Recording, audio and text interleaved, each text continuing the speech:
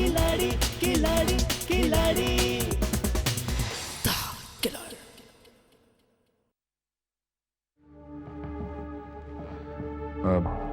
Uncle, तो कैसा चल रहा है सब कुछ? ऑफिस में सब कुछ ठीक ठाक?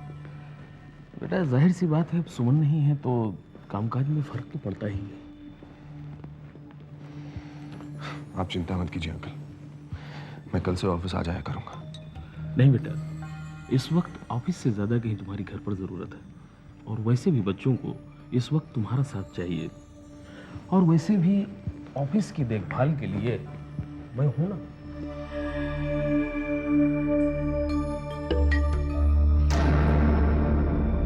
ये बुड्ढा हमेशा उल्टी बात करता है। अब क्या मैं बेबी सिटिंग क्या करूंगा? इस ऑफिस को संभालने के लिए ही तो मैंने इतना सब कुछ किया है, और ये कह रहा है कि मुझे ऑफिस जाने की जरूरत नहीं। क्या सोच रहे हो बेटा? मित्रा अंकल, बच्चे सुमन की जिम्मेदारी थी और मित्तल इंडस्ट्रीज उसका सपना। मैं उसकी जिम्मेदारी और सपना दोनों को पूरा करूंगा। रोजी आंटी जी? बच्चे सो गए? हाँ सो गए। मित्रा अंकल के लिए कुछ चाय कॉफी? हाँ जी लाते। बेटा रंजीत, तुम बहुत सुलझे हुए इंसान हो, पर तुमसे इतनी बड़ी गलती कैसे हो गई? मैं कुछ समझा नहीं अंकल। तुमने सुमन को अकेली मुंबई कैसे जाने दिया? दरअसल उसे अचानक जाना पड़ा अंकल। अब मैं इसे क्या कहूं? अगर कहता हूं कि सुमन ऑफिशियल काम की वजह से गई तो ये फौरन जान जाएगा कि मैं झूठ बोल रहा हूं।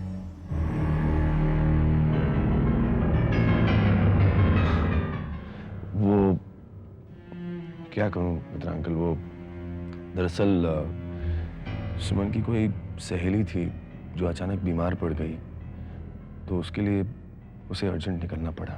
सुमन की सहेली सोनिया?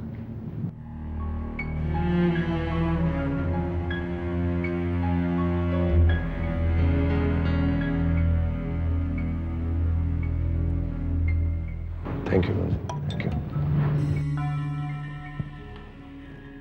सुमन ने कभी सोनिया नाम की सहेली का जिक्र ही नहीं किया।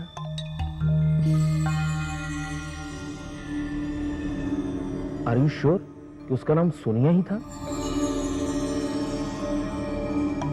रंजीत झूठ क्यों बोल रहे हैं? बच्चों ने तो मुझसे कहा था सुमन बेबी किसी ऑफिस के काम से मुंबई आ रही है, पर मित्रा साहब से ये क्यों कह रहे थे कि बेबी अपनी बीमार सहेली से मिलने आ रही है? मुझे लगता है रंजीत शायद कुछ छुपा रहा है।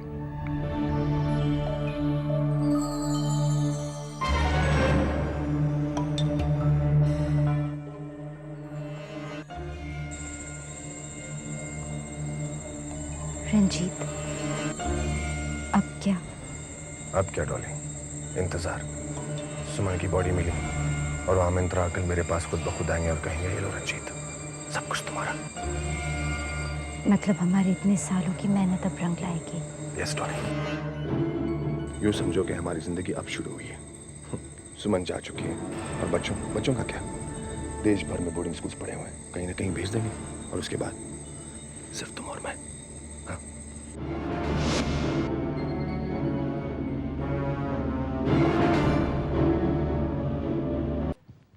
चलो संजू बाबा, ओढ़ो, सो जाओ, चलो जल्दी से दोनों। आंखें बंद।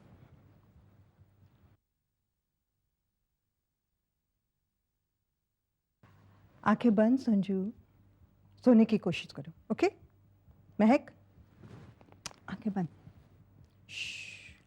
चुप।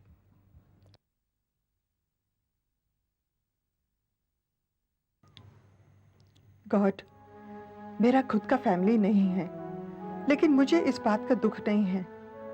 मैंने अबे बाबा को हमेशा अपना बेटा माना था, पर आपने अबे बाबा को मुझसे छीन लिया, और जब एक्सेप्ट कर लिया तो आपने उससे भी मुझसे दूर कर दिया। अब आपसे एक ही रिक्वेस्ट है, इन बच्चों को प्रोटेक्ट करना अब सिर्फ आप ही इन्हें प्रोटेक्ट कर सकती हैं।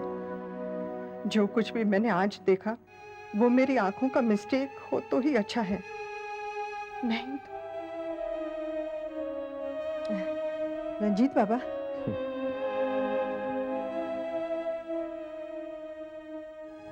रोजी आंटी, आप जाइए, जाकर सो जाइए।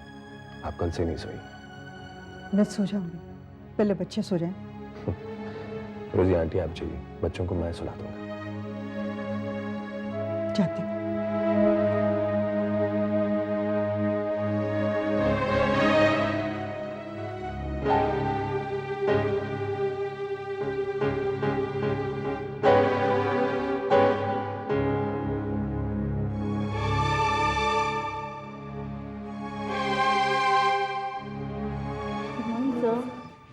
Good morning, good morning. Sir, जो भी कुछ हुआ बहुत बुरा हुआ। मैडम ने कभी हमें अपने स्टाफ के जैसा ट्रीट किया ही नहीं, बल्कि हम सबको हमेशा अपना परिवार माना है। हाँ, मैं जानती हूँ सुमन आप लोगों को बहुत चाहती थी, लेकिन भगवान की मर्जी के खिलाफ कोई क्या कर सकता है। वही होता है जो वो चाहता है। लेकिन मैडम, भगवान सबकी प्रार्थना जरूर सुनता है। मेरा दिल कहता है सुमन मैडम जरूर मिल जाएंगी। चाहते तो हम भी यही हैं कि वो मिल जाए, मगर मुर्दा। अगर ऐसा हुआ तो मैं भी तुम लोगों के साथ नंगे पांव चारों धाम की यात्रा करने जाऊंगा। बस वो मुझे मेरी सुन लौटा दे, मुझे और कुछ नहीं चाहिए। सच्चे दिल से मांगो तो भगवान जरूर सुनते हैं sir. Thank you so much. Emotional fools. Suman ने ना इन लोगों को सर चढ़ा रखा है।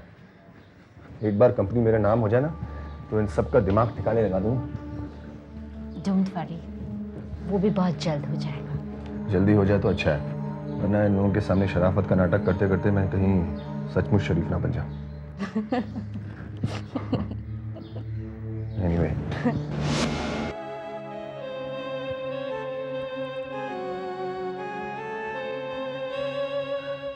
जीसस, आप तो दूसरों का दुख को भी अपनाकर उन्हें खुशियां देते आए हैं, तो फिर आज इन इनोसेंट बच्चों के साथ ऐसा क्यों हो रहा है?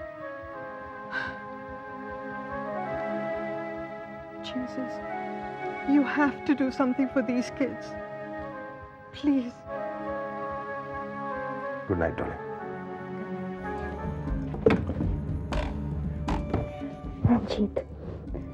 रंजीत, वो दिन कब आएगा जब मुझे इस तरह चोरी छुपे तुम्हारे कमरे में आना नहीं पड़ेगा? बहुत जल्द डार्लिंग, बहुत जल्द। अब देखो, सब्र करना सीखो, सब्र का फल मीठा होता है।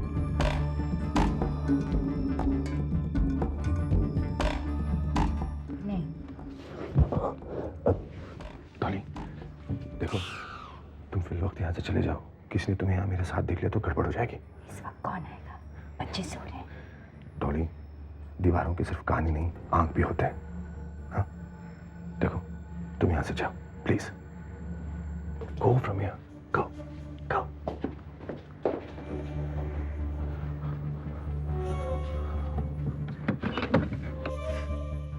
गॉड, ओह माय गॉड, ये मैंने क्या देखा? God, now you have to send Suman back to us at any cost. Suman baby को आपको अब वापस भेजना ही होगा, भेजना ही होगा। सावी, सावी, ए सावी, जरा जल्दी आओ, जल्दी। क्या है? वो देखो। कौन है ये? पता नहीं, दरिया किनारे पड़ी हुई मिली है। हाँ, बेचारी का चेहरा इतना बिगड़ गया है कि अब देखने के लायक कुछ भी नहीं बचा है। नमस्ते मैडम। नमस्ते। प्रभु, जी सर। ये चेक मिस्टर खुराना को दे देना। ये क्या 10 लाख का अमाउंट? भला कोई अपनी मेहनत की कमाई इस तरह लुटाता है क्या? अरे पैसा मैं लुटा नहीं रहा हूँ, दान कर रहा हूँ। इस पैसे से कई जरूरतमंद लोगों का इलाज होगा। ना जाने कितनों की जान बचेगी। और क्या पता उनकी दुआओं से हमारी मानसी हमें वापस मिल जाए। लेकिन आप मेरी बात समझ क्यों नहीं रहे हैं? देखो, ना मुझे कुछ सुनना है और ना समझना है। मानसी के नाम पर किया गया कोई भी खर्च मेरे लिए कोई मायने नहीं रखता, और दुनिया की मेरे लिए मानसी से बढ़कर नहीं है। प्रभु, अब तुम जाओ, नहीं तो देर हो जाएगी। ठीक है सर।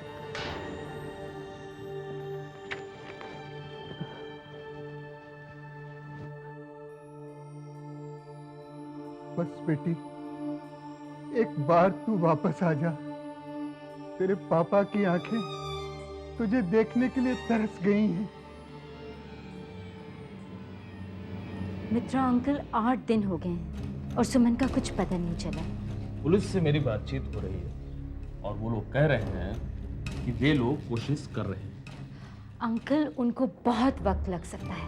अब उनके इंतजार में हम हाथ पे हाथ रख के तो नहीं बैठ सकते ना। डॉली, मैं तुम्हारा मतलब नहीं समझा। मित्रा अंकल, हम लोगों के पर्सनल फंड्स धीरे धीरे खत्म हो रहे हैं और मित्तल कंस्ट्रक्शंस के कुछ ऐसे टेंडर्स हैं जिन्हें पूरा करना जरूरी है। डॉली, कंपनी की ओनर गायब और ऐसे में तुम बिजनेस की बातें कर रही हो। Uncle, we have to be practical. Suman मेरी भी सबसे करीबी सहेली थी, लेकिन अब ये मानना पड़ेगा कि शायद वो वापस लौटकर कभी नहीं आएगी। इसीलिए हमारा फर्ज बनता है कि उसके सपने पूरे करें, मित्तल कंस्ट्रक्शंस को और ऊपर लेकर आएं। और ये तभी मुमकिन है जब आप उसके फंड्स, उसकी जिम्मेदारियां किसी दूसरे को सौंप दें। डॉली, तुम शायद ठीक ही कह रही हो, और वैसे भी पत्नी के मरने के बाद उसकी प्रॉपर्टी पर उसके पति का ही हक होता है। मुझे कुछ नहीं चाहिए अंकल। रंजीत, वो प्रॉपर्टी की नहीं, जिम्मेदारियों की बात कर रहे हैं। हाँ बेटा रंजीत, डॉली ठीक कह रही है। पर अफसोस ये जिम्मेदारी तुम्हें अभी नहीं मिल सकती। क्यों? क्योंकि अगर कोई इंसान गायब हो जाता है और उसकी डेड बॉडी नहीं मिलती, तो ऐसे केस में कानून उसे 7 साल तक मुर्दा नहीं मानता। अरे, लेकिन सुमन की बॉडी तो अंकल नदी में बह गई होगी। बह गई होगी, यानी हम अज्यूम कर रहे हैं, पर कानून तो सबूतों के आधार पर फैसले करता है। और जब तक कानून को उसकी डेड बॉडी नहीं मिल जाती, तब तक उसकी प्रॉपर्टी किसी और को मिले, ये सवाल ही पैदा नहीं होता है। यानी कि सुमन की बॉडी जब तक नहीं मिल जाती है, तब तक रंजीत को 7 साल तक इंतजार करना पड़ेगा।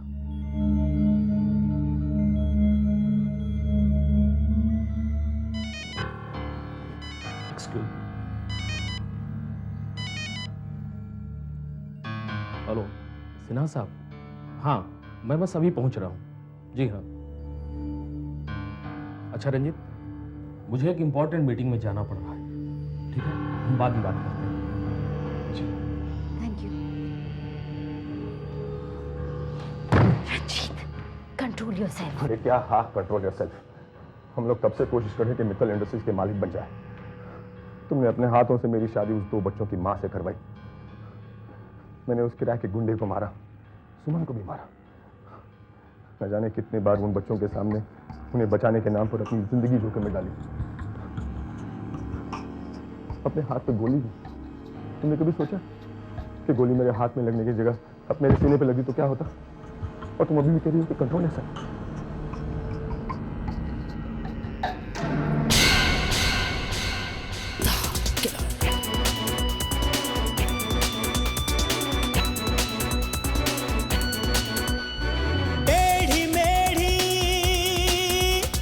राह पे चलता ही जाए जो, लेके जा हथेली पे बढ़ता ही जाए जो, मुश्किलों को पीछे छोड़ दे, रुख हवाओं का मोड़ दे, मुश्किलों को पीछे छोड़ दे, रुख हवाओं का मोड़ दे, अपने नाम जो कर जाए हर बाजी वही है खिलाड़ी, वही है खिलाड़ी, खिलाड़ी खिलाड़ी